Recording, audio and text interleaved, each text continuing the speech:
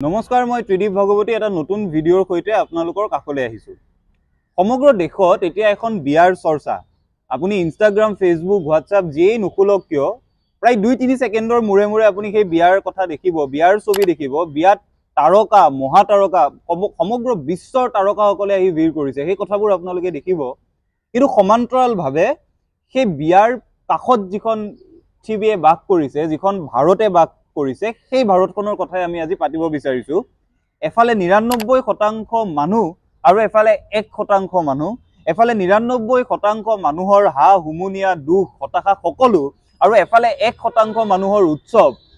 এই যিখন ভাৰতৰ ছবি, দুখন ভাৰতৰ ছবি। এখন ভাৰতে 99%ৰ মাজত নিজৰ জীৱনৰ সংগ্ৰাম চলাইছে, এখন ভাৰতে নিজৰ জীৱনৰ প্ৰাচুৰ্যৰে সমগ্ৰ বিশ্বৰ অতিথিক নিমন্ত্ৰণ কৰি নিজৰ পুত্ৰৰ বিয়া পাতিছে। এই দুয়োখন ভাৰতৰ কথা আজি আলোচনা কৰিম।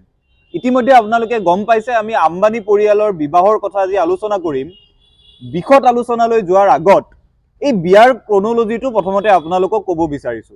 বিয়াৰ আৰম্ভণি ক'ত? বিয়াৰ আৰম্ভণি হৈছিল জানুৱাৰী মাহত। জানুৱাৰী মাহত তেওঁলোকে এংগেজমেণ্ট পাৰ্টি কৰিলে।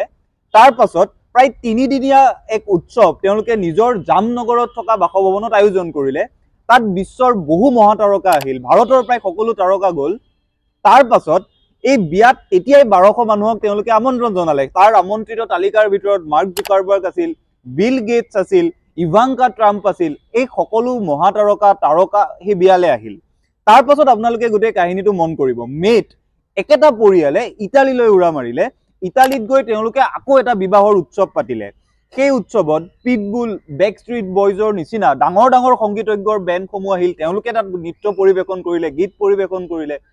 এইবাৰ বিয়াৰ স্থান সলনি হ'ল। এইবাৰ তেওঁলোকে কেটি পেৰীক মাতি আনি আকৌ এটা ডাঙৰ সংগীতানুষ্ঠান কৰিলে। লাহে লাহে মূল অনুষ্ঠানবোৰলৈ সময়বোৰ আগবাঢ়িল, সংগীতৰ ব্যৱস্থা কৰা হ'ল। সংগীত তেওঁলোকে যেতিয়া মুম্বাইত আয়োজন কৰিলে, তাত গান গাবলৈ আহিল জাষ্টিন বেইবাৰ। মোৰ বয়সৰ যিখিনি ল'ৰা ছোৱালী, আমাৰ গোটেই প্ৰজন্মটোৰ শৈশৱত আমি যিগৰাকী মহাতাৰকাৰ নাম শুনিছিলো, সেই তাৰকাগৰাকী আছিল জাষ্টিন বেইবাৰ। জাষ্টিন বেইবাৰে আহি এই বিয়াত গান গালে। তাৰ পাছত আচল বিয়াখন আৰম্ভহে হ'ল। ইমান সময় আমি যিখিনি কথা পাতিলো, এইখিনি বিয়াৰ আগৰ অনুষ্ঠান। বিয়া এতিয়াহে আৰম্ভ হৈছে, এতিয়া সেই বিয়া চলি আছে। সংগীত পাৰ হোৱাৰ পাছত হালধিৰ প্ৰক্ৰিয়া আৰম্ভ হ'ল। হালধি এটা বৰ্তমান সময়ত সমগ্ৰ দেশত বিবাহ অনুষ্ঠান হ'লে অপৰিহাৰ্য অংগ। হালধিত এইবাৰ দেখিবলৈ পোৱা গ'ল বলিউডৰ নামী দামী শিল্পীসকলে অংশগ্ৰহণ কৰিলে। হালধিৰ পাছত আচল বিবাহৰ অনুষ্ঠান আৰম্ভ হ'ল। আম্বানী পৰিয়ালৰ বিবাহৰ অস্ত্ৰোপচাৰ কৰিবলৈ মই ভিডিঅ'টো প্ৰস্তুত কৰা নাই। আপোনালোকে যদি ভাবিছে আম্বানী পৰিয়ালৰ বিশদ বিৱৰণ মই আজি ভিডিঅ'টোত দিম, মোৰ সেয়া উদ্দেশ্য নহয়। মই মাত্ৰ কেইটামান প্ৰতিবেদনলৈ আপোনালোকৰ দৃষ্টি আকৰ্ষণ কৰিব বিচাৰিছো। যিটো সময়ত আমি সমগ্ৰ দেশবাসী এখন বিয়াক লৈ ব্যস্ত হৈছো, এখন বিয়াত কোন আহিছে, কোনে কি পিন্ধিছে, কোনে কিদৰে নাচিছে, আমি তাক লৈ ব্যস্ত হৈছো, সেই সময়ছোৱাতেই এই দেশখনক লৈ যেতিয়া বিভিন্ন প্ৰতিবেদন আহে, সেই প্ৰতিবেদনবোৰৰ কথা আমি মন দিয়াটো দৰকাৰী হৈ পৰে। আপোনালোক আটাইয়ে জানে, ক্ৰেডিট ছুইচ ডাটা এই সংগঠনটোৱে প্ৰকাশ কৰা 2023 চনত এখন ৰিপৰ্ট, যাক অক্সফেম ৰিপৰ্ট বুলি কোৱা হয়, সেই অক্সফেম ৰিপৰ্টত এই কথা স্পষ্ট হৈছিল যে ভাৰতৰ প্ৰায় 1% মানুহৰ হাতত 40% সম্পদ আছে। আকৌ ৱৰ্ল্ড ইনইকুৱেলিটি লেব এই সংগঠনটোৱে যোৱা মাৰ্চ মাহত প্ৰকাশ কৰা এখন ৰিপৰ্টত এই কথা স্পষ্ট হৈছে যে ভাৰতত আজিৰ তাৰিখত ধনী আৰু দুখীয়াৰ মাজত যিটো প্ৰভেদ আছে, এই প্ৰভেদ ব্ৰিটিছ যেতিয়া ভাৰতত আছিল, অৰ্থাৎ ব্ৰিটিছ ইণ্ডিয়াৰ সময়টো ইমান প্ৰভেদ নাছিল। ব্ৰিটিছ ইণ্ডিয়াৰ সময়ত ভাৰতত যি ধৰণৰ অৰ্থনৈতিক সমতা আছিল, অসমতা আছিল, সেই অৰ্থনৈতিক অসমতা আৰু আজিৰ অসমতাৰ মাজত আকাশ পাতাল পাৰ্থক্য আছে। বেয়া লগা কথাটো হ'ল, ব্ৰিটিছৰ অধীনত যেতিয়া দেশখন আছিল, দেশখন পৰাধীন আছিল। এতিয়া দেশখন স্বাধীন, কিন্তু স্বাধীন দেশখনত ব্ৰিটিছৰ সময়তকৈও বেছি অৰ্থনৈতিক অসমতা আছে, যিটো আমাৰ বাবে বৰ ভয় লগা কথা এটা। একেখন ৰিপৰ্টত এই কথা উল্লেখ কৰা হৈছে, বৰ্তমান সময়ত ভাৰতত ব্ৰিটিছ ৰাজ নাই, কিন্তু বিলিয়নাৰ ৰাজ আছে। আজিৰ তাৰিখত ভাৰতত যিটো হাৰত বিলিয়নাৰৰ সংখ্যা বৃদ্ধি পাইছে, একেটা সময়তেই ভাৰততেই মানুহৰ মাজত নিবনুৱা সমস্যা বৃদ্ধি পাইছে, অৰ্থনৈতিক অসমতা বৃদ্ধি পাইছে। এই সামগ্ৰিক দিশটোক প্ৰতাপ বানু মেহতাই তেখেতৰ এটা প্ৰবন্ধত উল্লেখ কৰি কৈছে যে আজিৰ তাৰিখত ভাৰতখন ধনী হ'ব নোৱাৰিব পাৰে। আজিৰ তাৰিখত ভাৰতখন বিশ্বৰ ভিতৰত ধনী নহয়, কিন্তু আমাৰ বাবে দুখ লগা কথাটো এনেকুৱা যে বিশ্বৰ আটাইতকৈ ধনৱান ব্যক্তিসকল তাৰ বহুলাংশে বেছিভাগ মানুহ ভাৰতত থাকে। যেটো বৰ গুৰুত্বপূৰ্ণ কথা যি হাৰত অৰ্থনৈতিক অসমতা বৃদ্ধি পাইছে আজিৰ তাৰিখত আমি যেতিয়া আম্বানীৰ বিয়াখন লৈ ফুৰ্তি কৰিছো আমি যেটো মোবাইল বা আমি যেটো মোবাইলত ইন্টাৰনেট ব্যৱহাৰ কৰি আছো সেই ইন্টাৰনেটৰ মাসুলো কিন্তু আমাৰ সমান্তৰালভাৱে বৃদ্ধি পাইছে আমি যিখন ভাৰতত আজি আম্বানীৰ গৌৰৱ গাথাৰ কথা আলোচনা কৰিছো একেখন ভাৰতত এই ৰিপৰ্টবোৰে প্ৰকাশ কৰি দিয়ে যে ৯৯% মানুহে এতিয়াও কিন্তু অৰ্থনৈতিক অসমতাৰ মাজতে দিন কটাব লগা হৈছে ইয়াৰ সমাধান কি বিশ্বৰ বিভিন্ন ঠাইত যেতিয়াৰ পৰা পুঁজিবাদৰ অভূতপূৰ্ব উত্থান ঘটিল বিভিন্ন ঠাইত এই মানুহবোৰক লৈ ধনী মানুহখিনিক লৈ অৰ্থনৈতিক অসমতা দূৰ কৰাৰ বাবে বিভিন্ন পৰীক্ষা নিৰীক্ষা কৰি থকা হৈছে বহু দেশে যিখিনি তেওঁলোকৰ আটাইতকৈ ধনবান মানুহ তেওঁলোকৰ ওপৰত বিশেষ কৰ আৰোপ কৰিছে যাৰ ফলত সেই কৰৰ ফলত যিখিনি ধন আহে সেই ধনখিনিৰে অৰ্থনৈতিক অসমতা দূৰীকৰণৰ কাম কৰিব পাৰি সেই ধৰণৰ চিন্তা চৰ্চা ভাৰততো বিভিন্নজনে কৰিছিল কিন্তু তাৰ পাছতো ভাৰতত এই অৰ্থনৈতিক অসমতা যোৱা কেইবাটাও বছৰত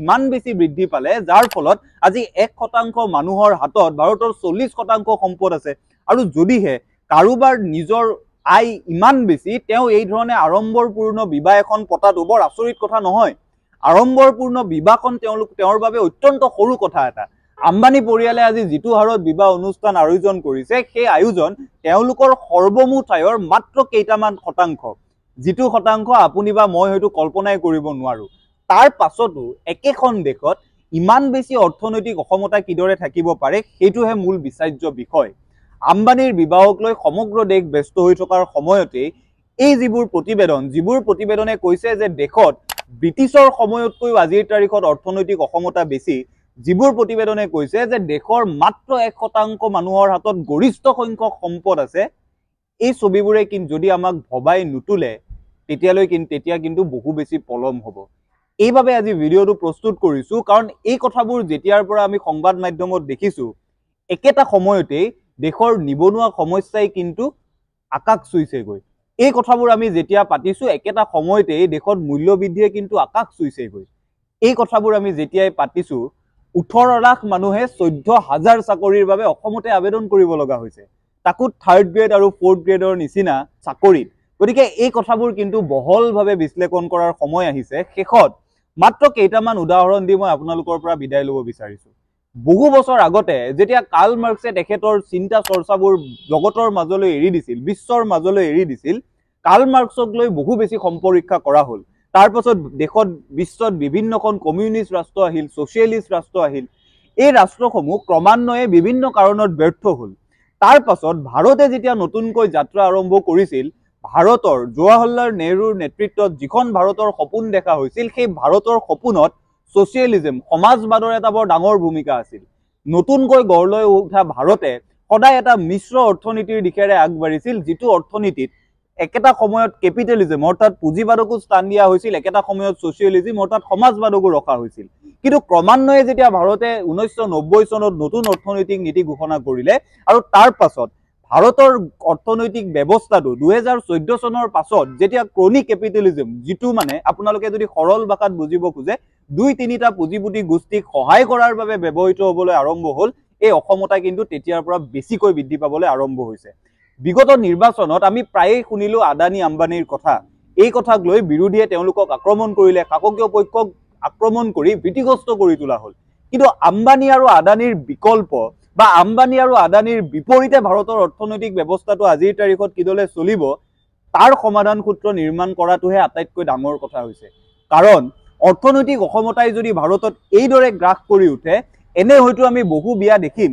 এনে হয়তো বহু বিবাহ অনুষ্ঠান আমি দেখিম একেটা আম্বানী পৰিয়ালে 2018 তো 100 কোটি টকা খৰচ কৰি প্ৰায় 100 কোটি টকা খৰচ কৰি ঈশা আম্বানীৰ বিবাহ অনুষ্ঠান কৰিছিল এইবাৰ তেওঁলোকে নিজৰ পুত্ৰৰ বিবাহ অনুষ্ঠান কৰিছে এই ধাৰাটো কিন্তু বন্ধ নহব সমান্তৰালভাৱে ভাৰতৰ দৰে ৰাজ্য অসমৰ দৰে এখন ৰাজ্যত 18 লাখ মানুহে 14000 চাকৰিৰ বাবে আবেদন কৰি থাকিব এই দুয়োখন ভাৰতৰ মাজত সমাধান সূত্ৰ কি হ'ব পাৰে সামঞ্জস্য কিদৰে ৰক্ষা কৰিব পাৰি হেয়াহে আজিৰ তাৰিখত ৭৪ বছৰ স্বাধীনতাৰ পাৰ হৈ যোৱাৰ পাছত ভাৰতবাসীৰ সন্মুখত থকা আটাইতকৈ ডাঙৰ প্ৰশ্ন আমাৰ সন্মুখত থকা আটাইতকৈ ডাঙৰ প্ৰশ্ন এই প্ৰশ্নটো যদিহে আমাৰ চৰকাৰী ব্যৱস্থাটোৱে উত্তৰ দিব নোৱাৰে এই সমস্যাটো যদি আমাৰ সন্মুখত 2030 চনৰ আগত যেতিয়া 2030 চনত আমি চীনক অতিক্ৰম কৰি এটা সম্ভাৱপূৰ্ণ যুৱ সমাজৰ লৈ ৰূপান্তৰিত হ'ম আটাইতকৈ যুৱদেশ হিচাপে ৰূপান্তৰিত হ'ম তেতিয়ালৈ যদি আমি এই সমস্যাটোৰ সমাধান উলিয়াব নোৱাৰো আমি কিন্তু তেওঁলোকৰ বিবাহ অনুষ্ঠান ইনষ্টাগ্ৰাম ফেচবুক হোৱাটছআপত ষ্টৰি বা আপলোড কৰিয়ে শান্ত থাকিব লাগিব আৰু ক্ৰমান্বয়ে নিজে নিবনুৱা হৈ 3rd গ্ৰেড 4th গ্ৰেডৰ চাকৰিৰ বাবে 18 লাখ মানুহে আবেদন কৰি যাব লাগিব এই সমাধান সূত্ৰটো নিৰ্বাচন কৰাৰ বাবে এই সমাধান সূত্ৰটো নিৰ্মাণ কৰাৰ বাবে আমি আটায়ে কাম কৰাৰ সাগে এআই উচিত সময় ধন্যবাদ পৰৱৰ্তী ভিডিঅ'সমূহৰ বাবে আন্তৰিকতাৰে বাট চাব ধন্যবাদ